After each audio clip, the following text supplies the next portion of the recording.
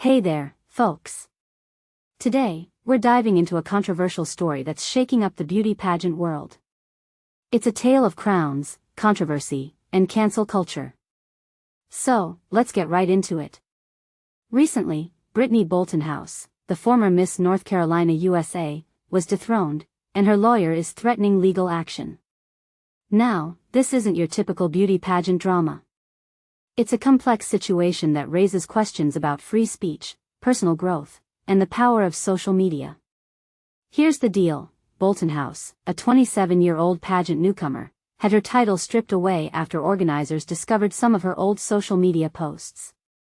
Apparently, she had used a racial slur multiple times under a different username a few years back. This is where it gets tricky.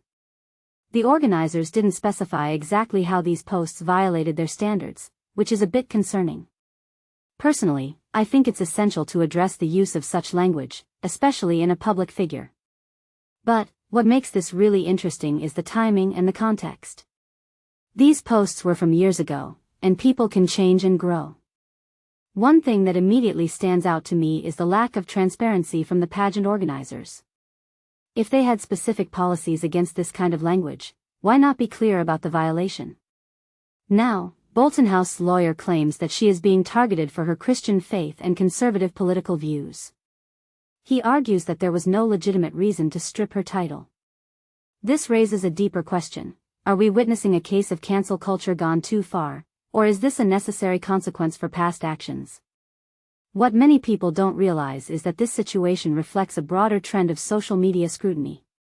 Our digital footprints can come back to haunt us, and public figures are under constant surveillance.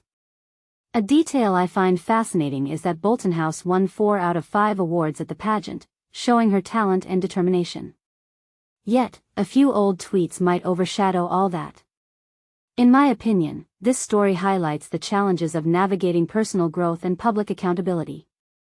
Should we hold people accountable for their past mistakes indefinitely?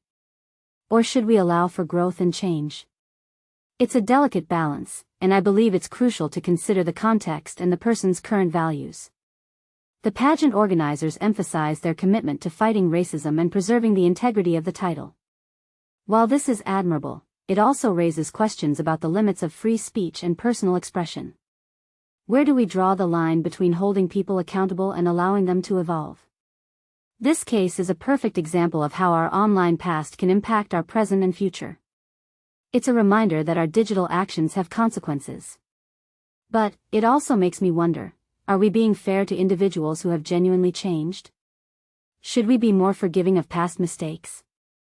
As we wrap up, I want to leave you with this thought: in an era of digital scrutiny, how can we balance accountability with personal growth? Is cancel culture the answer, or do we need a more nuanced approach? Let me know your thoughts in the comments below. Remember, it's all about having a thoughtful conversation.